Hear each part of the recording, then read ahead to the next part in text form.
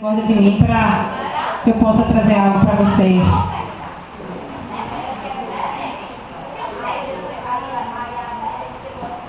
O texto que eu queria trabalhar com vocês hoje é o texto de João 7:38. Quem tem a Bíblia, pode abrir. João 7:38. Quem achou, diga amém. Amém? Quem não achou ainda, misericórdia. Deixa eu esperar mais um pouquinho. Amém? Diz: quem crê em mim, como diz a Escritura, rios de água viva correrão do seu interior. Tem versões que dizem: rios de água viva correrão do seu ventre. Amém? Então eu estava pensando nesse tema que Jane falou, disse a bênção de ser mulher. E aí eu fui pensar, mas o que significa a bênção de ser mulher? Ou em que consiste essa bênção em ser mulher? Né? Nós temos fisicamente o corpo totalmente diferente do homem. Né? Nós temos partes do nosso corpo que o homem não tem e vice-versa. Jeito da gente ser, que em algumas coisas somos diferentes dos homens. Somos chamados de sexo frágil, mas sabemos que não somos frágeis, não. Né? Eles são mais frágeis que nós. Né? Não pode ter uma dor, uma unha encravada, né? E bota para morrer. A gente não, a gente aguenta. Não é isso?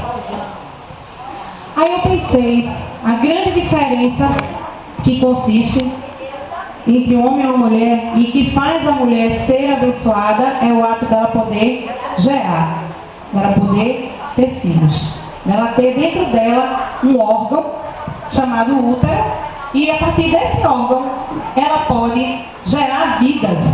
A partir desse órgão que é vazio, né? A gente sabe que o útero ele é oco, e ali ele fica só esperando o momento de gerar algo que não existe. Veja, e ali cresce e sai uma vida que antes não existia, e a partir daquele órgão. É maravilhoso isso. E o que isso quer nos dizer em relação à nossa vida espiritual? O que essa capacidade de gerar tem a ver com a nossa vida espiritual? Lá em Gálatas, no capítulo de Gálatas, capítulo 4, versículo 19, vou ler para vocês. O apóstolo Paulo diz assim: meus filhinhos, por quem de novo sinto as dores de parto, até que Cristo seja formado em vós. Oxe, irmã, apóstolo Paulo sentindo dores de parto? Como é que pode? Alguém tem uma sugestão de dizer o que é que o apóstolo Paulo quis dizer com essas dores de parto? Ele é homem, ele não pode ter filho. Como é que ele está sentindo dores de parto? Pode falar. Exatamente. As dores que o apóstolo Paulo estava se referindo eram as dores que ele sentia por se colocar no lugar das pessoas, se colocar na brecha e interceder pela vida delas. E quando a gente se coloca no lugar do outro e vai interceder, orar pelas pessoas, nós sentimos a dor daquela pessoa como se fosse nossa. Já aconteceu com alguém aqui? E você tem tanta misericórdia de alguém, quando você vê, você está sentindo, e isso é um dom especificamente feminino. Por quê? Porque a mulher, ela tem essa capacidade, como a irmã ali falou, de gerar uma vida dentro dela. Quando a gente gera uma vida dentro da gente, aquela vida se torna mais importante do que a nossa, ou tão importante quanto a nossa. Quem já teve filho no hospital, doente, sabe como é, né? Prefere 1000 vezes, eu não tenho filho ainda, mas prefere 1000 vezes ser na gente do que ser o filho. Então a mulher tem esse dom de nascença de poder abrir mão do próprio eu dela em prol do eu de outra pessoa. E é sobre isso que a gente vai falar hoje. Sobre isso que Deus quer de nós. Que nós, espiritualmente, no reino espiritual, temos essa capacidade de gerar coisas que ainda não existem. Não só filhos. Não só filhos, mas qualquer coisa. Mas não é só pela nossa vida. Pela vida da nossa irmã. A Bíblia diz que a gente tem que trazer, chamar à existência as coisas que não existem. E nós, mulheres, temos duplamente esse dom. Então vamos passo por passo. A gente tem, primeiro, sobre o dom de dar à luz. O órgão, primeiro, como eu já falei, o útero, que tem a função de receber os embriões e de se dilatar. E o anseio do útero é ser preenchido. O que o útero quer é que chegue alguma coisa para que ele possa desenvolver, para que ele possa gerar. Nesse momento eu queria que você pensasse, já abrisse o seu coração, o seu útero espiritual, para gerar algo essa noite. Não para você, mas para uma outra pessoa que vai estar aqui nesse lugar. Certo? Então já vai abrir o seu coração.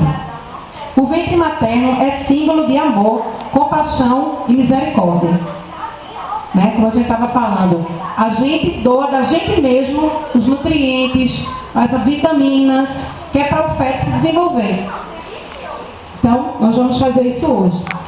Gerar a vida de outro dentro de nós, que não faz abrir mão do nosso próprio eu, do egoísmo, da introspecção, da autopiedade em favor de uma outra pessoa. Infelizmente, quando a gente está com o nosso problema, a tendência nossa é, né? Ai, meu problema, meu marido bebe, ou meu filho está doente. A gente tende a ficar muito voltado para nós.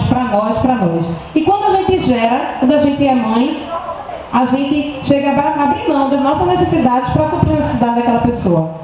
Né? Já ouvi muita mãe dizer que deixou de comer para dar comida ao filho. Né? Então, como que a gente pode fazer isso espiritualmente?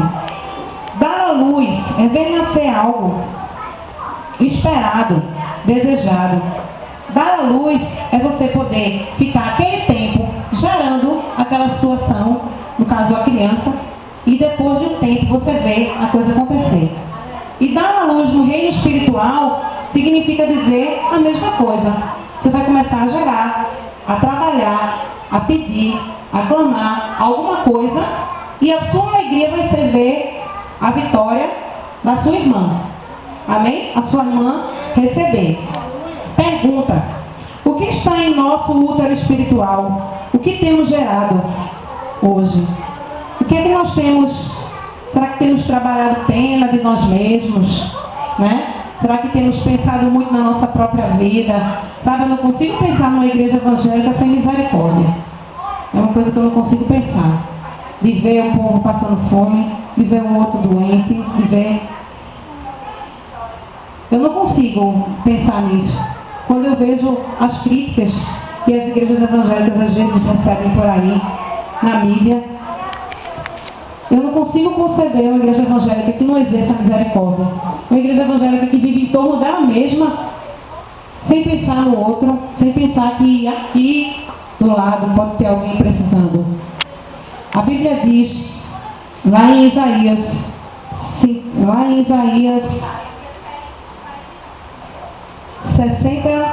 62, versículos 6 e 7, eu vou ler para vocês.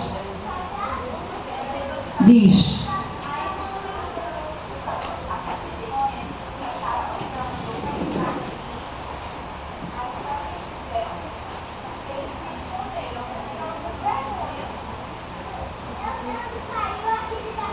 Isaías, versículo 58, versículo 6 diz: porventura, não é esse o jejum que escolhi, que solte as ligaduras da impiedade, que desfaça as ataduras do jugo, que deixe livre os quebrantados e que despedace todo o jugo?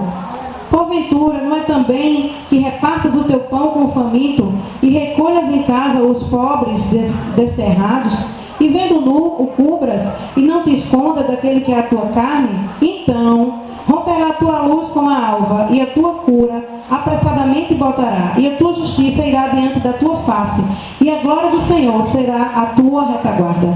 Então clamarás e o Senhor te responderá, gritarás e ele dirá, eis-me aqui, e acontecerá isso, e tirará do meio de ti o jugo, e estenderá do dedo a falar a verdade. E se abrires a tua alma ao faminto, e fartares a alma aflita, então a tua luz nascerá nas trevas, e a tua escuridão será como o meio-dia. E o Senhor te guiará continuamente, fartará a tua alma até em lugares secos. Então sempre perceber que o Senhor sempre diz: se você exercer misericórdia, compaixão, pensar no outro, pensar na outra pessoa, então eu farei tal coisa. Então veja como é importante. Como nós por sermos mulheres, precisamos ter esse entendimento que nós fomos chamadas para gerar. E gerar outra vida não é gerar a nossa vida, gerar outra vida. E como nós temos esse chamado desde que nascemos, como nós temos essa bênção desde que nascemos de poder gerar algo em prol de outras pessoas. E como Deus requer isso de nós. A gente sabe que na Bíblia o Senhor também diz: estive nu, né? Quando em Apocalipse ele começa a fazer, João tem aquela visão, e aí ele fala isso: estive nu, não me desse de vestir, né? Tive fome, não me desse de comer. Então, o que estamos fazendo nós aqui, se mesmo sendo lindas, boas donas de casa, boas mães, boas profissionais, etc, etc, se tudo que a gente faz é girar em torno da gente mesmo, se não for girando em torno das outras pessoas. Em Jó 42:10, a gente conhece, diz que Deus mudou a sorte de Jó enquanto Deus orava, ou quanto ele orava pelos seus amigos. Enquanto Jó estava orando pelos outros, Deus mudou a sua sorte. Então, o que eu quero pedir para vocês hoje é gerar no reino do Espírito os propósitos de uma outra pessoa, que seja guiada pelo Espírito, para que isso aconteça. E eu vou declarar sobre a vida de vocês um versículo, e eu gostaria muito que vocês guardassem esse versículo, que está em Isaías 62, 6 e 7. E diz assim: ó Jerusalém, sobre os teus muros pus guardas, que todo dia e toda noite não se calarão. Ó vós que fazeis menção do nome do Senhor, não haja silêncio em vós, nem estejais em silêncios, até que ponha a Jerusalém por louvor na terra. E nessa hora eu gostaria de substituir o nome de Jerusalém pelo nome das pessoas. Que vocês possam, a partir de agora, querer fazer isso. Eu queria que você ficasse um pouco introspectiva, pensasse um pouco, se sentisse guiada pelo Espírito Santo de Deus, para ir para junto de alguém, para trocar de lugar com alguém. Procure ser realmente guiada por Deus. Se for possível, vá para perto de alguém que você não conhece, que você não conhece a história, que você não tem muita proximidade. Sente junto dessa pessoa na mesa e comece a compartilhar com ela algo. Saber aquilo que está angustiando ela e ela te dizer aquilo que está angustiando e você dizer a ela aquilo que também está te preocupando. Amém? Nessa hora vocês vão, depois a gente vai declarar junto esse versículo, quando você vai assumir uma posição de intercessora, de atalaia, pela vida daquela sua irmã. E depois disso, nós vamos orar juntas. Vocês vão depois pegar telefone, endereço uma da outra, para ficar gerando no reino do Espírito, junto com aquela irmã, aquilo que é o propósito dela. Certo? Você vai ficar: oi irmã, estou ligando para saber, e a bênção, já chegou? Como é que tá?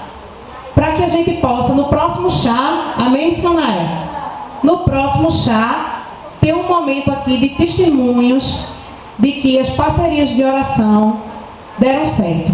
Que algumas respostas a gente vai vir. Quem crê? Amém? Então, eu vou pedir para os meninos botarem uma música aqui.